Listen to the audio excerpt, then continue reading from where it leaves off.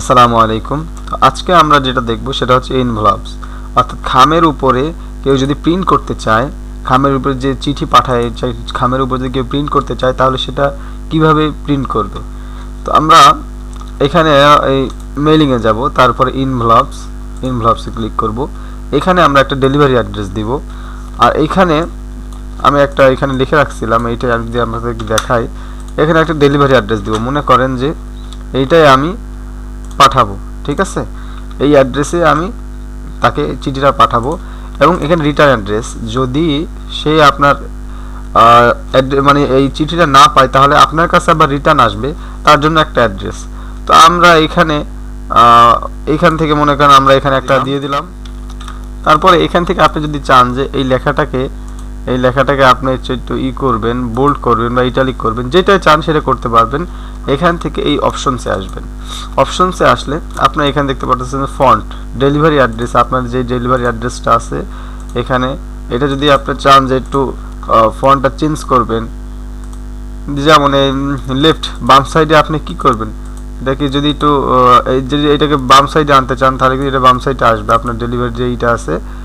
তারপরে এটা যদি উপরে উঠাতে চান, ঠিক আছে, সেক্ষেত্রে এটা উপরে উঠবে, কতটুকু উপরে দিতে চান নিচে দিতে পারেন। দেখতেছেন এই যে এখানে কিন্তু চেঞ্জ হচ্ছে, আমি এখানে চেঞ্জ করলে কিন্তু এখানে চেঞ্জ হচ্ছে।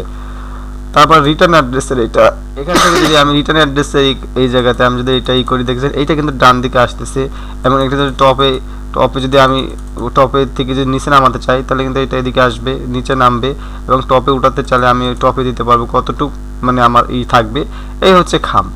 তো এখান থেকে আরও কাজ করতে পারবেন, যেমন প্রিন্টিং আপনার এখান থেকে যদি এইটাকে প্রিন্টিং অপারেশন যদি এইভাবে প্রিন্ট করতে চান তাহলে কিন্তু আপনার এই যে আমি যখন এখানে অ্যাড ডকুমেন্টে টিপ দিব তখন কিন্তু এটা অ্যাড হয়ে যাবে। তো আমি আপনাদেরকে দেখাবো যে অ্যাড ডকুমেন্টে দিলে কীরকম হয়। যেমন এই যে পেজ, A4 সাইজের পেজটাতে এরকম থাকবে, এরকমভাবে প্রিন্ট হবে। আর যদি আপনি এখান থেকে এইভাবে প্রিন্ট করেন তাহলে কিন্তু আপনার A4 সাইজের পেজে এইভাবে আসবে।